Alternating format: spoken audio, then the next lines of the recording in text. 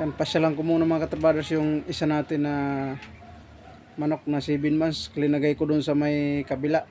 Kaya ako linagay siya doon kasi nagdudukutan sila dito ng kasama niya sa may gilid. May butas kasi na maliit. Ayoko naman na masira kaya doon ko siya muna linagay dahil masyado matapang.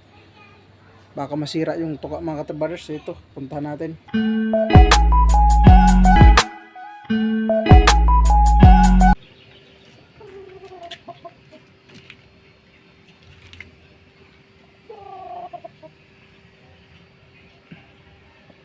Pulang-pula yung muka.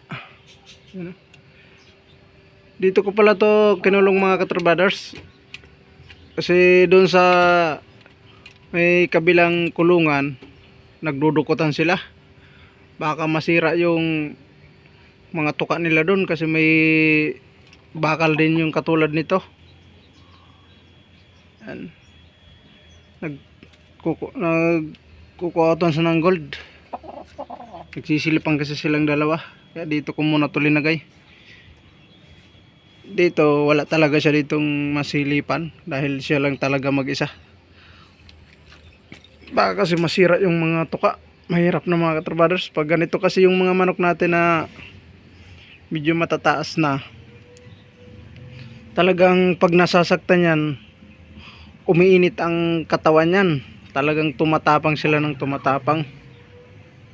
Kaya yan ang problema mga katrabaders pag nagdudukutan sila. Imbis na masaktan sila, mas lalo silang nagiging agresibo. Kaya obserbahan nyo mga katrabaders yung mga manok na medyo matataas na ore. Pag nasasaktan sila, mas lalo silang tumatapang. Yan. Yan. Kaya medyo safe talaga siya dito. Ito pa naman yung una ko na palahi dun sa broodcock namin na nagpapanalo.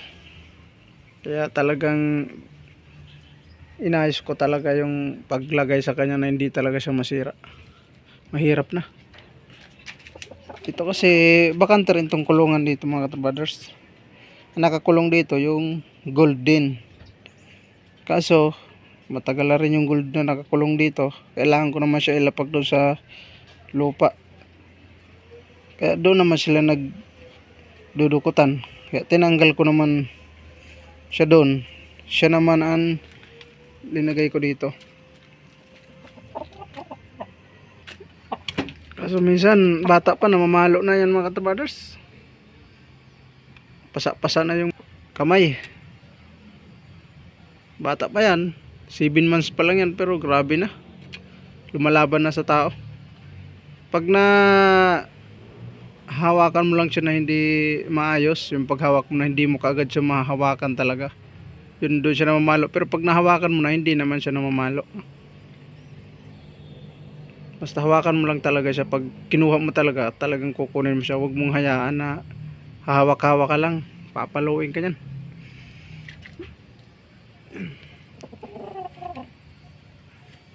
Ito naman bakante rin na kulungan yung mga katrabaders. Hanggang yun doon. Dalawahan yan mga katrabaders, yung naka orange. Yan.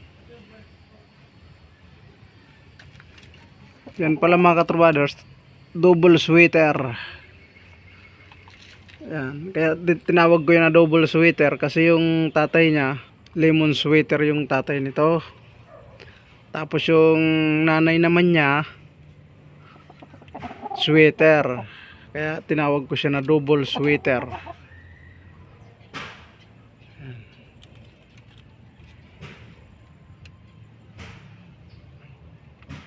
Ganda ng mga balahibo niya. Talagang dalusapi talaga siya mga katrabaders.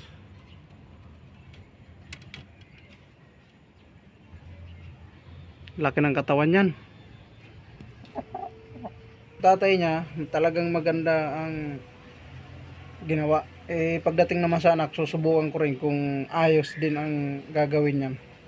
Hanggang dito lang muna tayo mga katrabaders. Thank you so much sa dyan lahat. God bless.